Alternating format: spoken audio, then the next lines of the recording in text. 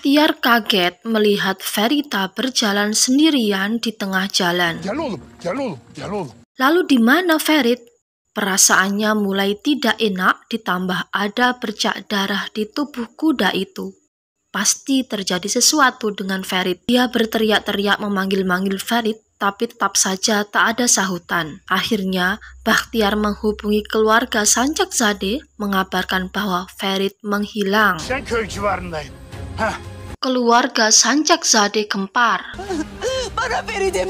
Tak satu pun anggota yang tak bersedih, terlebih sang ibunda. Azade menangis meronta-ronta meratapi kehilangan putra tercintanya itu. Tak ada satupun yang bisa menenangkannya. Kemarahannya semakin menjadi tatkala dia melihat Aisyah. Dia menyalahkannya atas segala permasalahan yang muncul di keluarga Sancakzade, termasuk hilangnya Ferit. Sejenak Aisyah hanya terdiam, tapi begitu dia mengetahui duduk permasalahannya, dia dengan tegas menyatakan tidak terima dikatakan sebagai pembawa sial keluarga, dan dia tidak mau hanya berdiam diri dan meratapi hilangnya Ferit. Sesegera mungkin dia pergi menuju lokasi hilangnya Ferit untuk mencarinya, dan beberapa anggota keluarga Sancakzade pun, termasuk Azade, mengikuti di belakangnya. Di lokasi pencarian, kegusaran Azade semakin menjadi-jadi. Dia mendobrak pintu warga desa satu persatu dan meminta mereka agar turut serta dalam pencarian putranya. Namun akhirnya dia pun berhenti sendiri larut dalam tangisnya dan akhirnya mau diajak pulang kembali. Aisyah masih terus berusaha mencari-cari Ferit. Dia berteriak-teriak memanggil-manggil namanya, berharap ada sahutan. Sementara itu, di tengah perjalanan pulang, Yaman dan Betul menghentikan laju mobilnya begitu mereka melihat keramaian di tepi jalan. Salah satu petugas polisi memberitahukannya bahwa Ferit Sancakzade menghilang. Sontak keduanya terkejut. Yaman langsung bergerak sendiri mencari Ferit. Dia berteriak-teriak memanggil-manggil namanya. Tak ada wajah bahagia karena hilangnya Ferit. Yang ada adalah wajah penyesalan. Sementara itu, di suatu tempat terlihat Baha yang duduk sendiri dengan wajah bercampur aduk antara lelah, kesal, marah, dan juga bingung. Bingung apa yang harus dilakukan dengan sesosok tubuh yang ada di sampingnya. Kembali ke Aisyah. Aisyah terus mencari dan mencari keberadaan Ferit. Hingga tak sengaja dia bertemu dengan Yaman. Melihat kesedihan di wajah Aisyah, Yaman meyakinkan bahwa Ferit pasti masih hidup karena dia tipe orang yang pantang menyerah. Di kediaman Faroglu, bak disambar petir, berita hilangnya Ferit membuat Hande menangis sejadi-jadinya.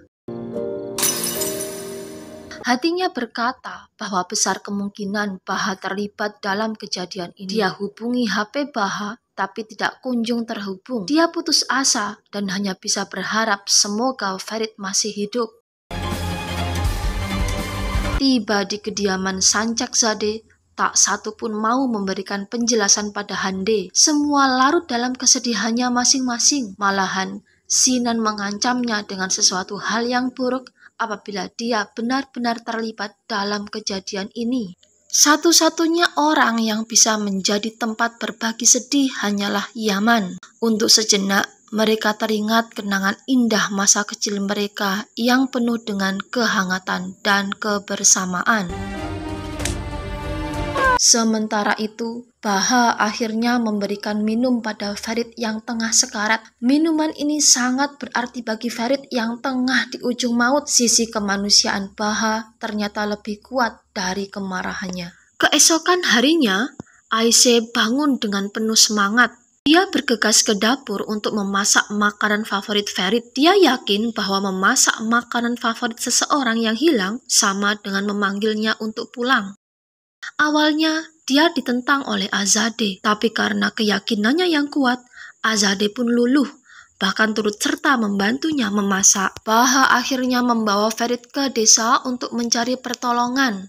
Berkat teriakan kerasnya, beberapa orang warga menghampirinya dan membantunya merawat luka Ferit. Tapi dia menolak ketika salah satu di antara mereka hendak melapor pada polisi. Tapi dia tetap tidak tahu langkah apa yang harus dia lakukan setelah ini. Akhirnya, dia aktifkan HP-nya. Tapi dia pun bingung apakah harus menghubungi Aise atau Hande. Sementara itu, Hande yang masih terlelap tidur tiba-tiba terperanjat bangun karena bunyi notifikasi di HP-nya yang menunjukkan bahwa GPS di HP Baha sudah aktif. Dia pun segera bergegas pergi mengikuti petunjuk GPS-nya itu.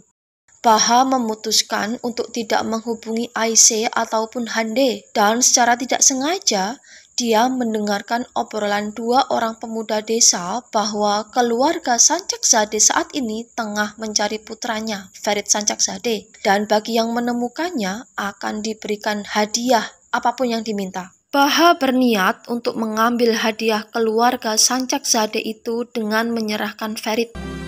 Tapi sayang, begitu dia kembali ke rumah, Ferit sudah tidak di tempatnya lagi. Warga desa memberitahunya bahwa salah satu keluarganya telah mengambilnya. Dan ternyata, Handelah yang mengambil Ferit dengan tangannya sendiri.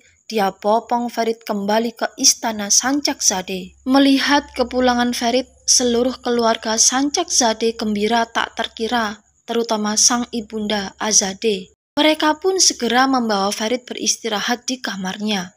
Tak henti-hentinya, Hande bercerita bagaimana dia menemukan Ferit dan dengan bangganya dia mengaku bahwa dialah yang menyelamatkannya dari kematian pertama kali. Mungkin keluarga Sancakzade bisa tertipu oleh omongannya, tapi bagaimana dengan Ferit? Dia tahu fakta yang sebenarnya, tapi dia tidak begitu menghiraukan omongan Hande karena kondisi fisiknya yang masih lemah. Ferit tampak masih memendam sakit hati karena cintanya yang ditolak Aise. Terbukti ketika Aise hendak merawatnya, dia menolak. Tentu hal ini membuat Aise kecewa, tapi dia tidak mau terlalu memaksa mengingat kondisi Ferit yang masih sakit. Ferit sangat bahagia ketika Azade membawakannya makanan favoritnya dan dia makin kagum ketika tahu bahwa makanan itu dibuat oleh Aise dan ibunya. Pun sewaktu dia sudah masuk kerja, Sinan menceritakan betapa besar usaha Aise untuk menemukannya. Ini menunjukkan bahwa Aise benar-benar mencintainya. Namun Ferit sudah tidak mau mempercayai kata-kata Sinan karena dia sendiri sudah membuktikan dan mengalami penolakan dari Aise. Baginya, perhatian yang ditunjukkan Aise ini hanya wujud kebaikan hatinya saja, bukan rasa cintanya. Dia tidak mau lagi menyalahartikan sikap Aise ini atau mengharapkan balasan cinta darinya. Akibat pemikirannya ini, Ferit berusaha untuk menjaga jarak dengan Aise. Dia tidak mau dibohongi oleh sikap manis Aise. Bahkan ketika Aise mendekatinya bermaksud mengajaknya makan malam bersama, Ferit menolak dengan berkata-kata yang bukan-bukan pada Aise langsung. Padahal Aise hanya berniat untuk mengajaknya merayakan ulang tahun bersama. Dengan sangat kecewa, seperti tahun-tahun sebelumnya, Aise harus merayakan ulang tahunnya sendirian di sebuah restoran. Sementara itu, di kediaman Sancakzade, dengan nada polos, Muge menanyakan kenapa Ferit tidak merayakan ulang tahun dengan Aise. Kenapa masih di rumah saja? Seakan mendapat tamparan keras, Ferit baru sadar bahwa maksud Aise mendekatinya tadi sore hanya bermaksud untuk mengajak makan bersama untuk merayakan ulang tahunnya. Dia pun merasa sangat bersalah. Kembali ke Aise, terlihat Aise duduk sendirian di sebuah meja. Dia menyayangkan nasibnya sekarang ini. Meski saat ini dia telah mempunyai keluarga, tapi di hari istimewanya ini tak ubahnya layaknya tahun-tahun yang lalu. Ketika dia hendak meniup lilin ulang tahunnya, tiba-tiba dia dikejutkan dengan kemunculan Ferit. Terkejut tapi juga bahagia. Itulah yang dirasakannya menyambut kedatangan tak terduga Ferit.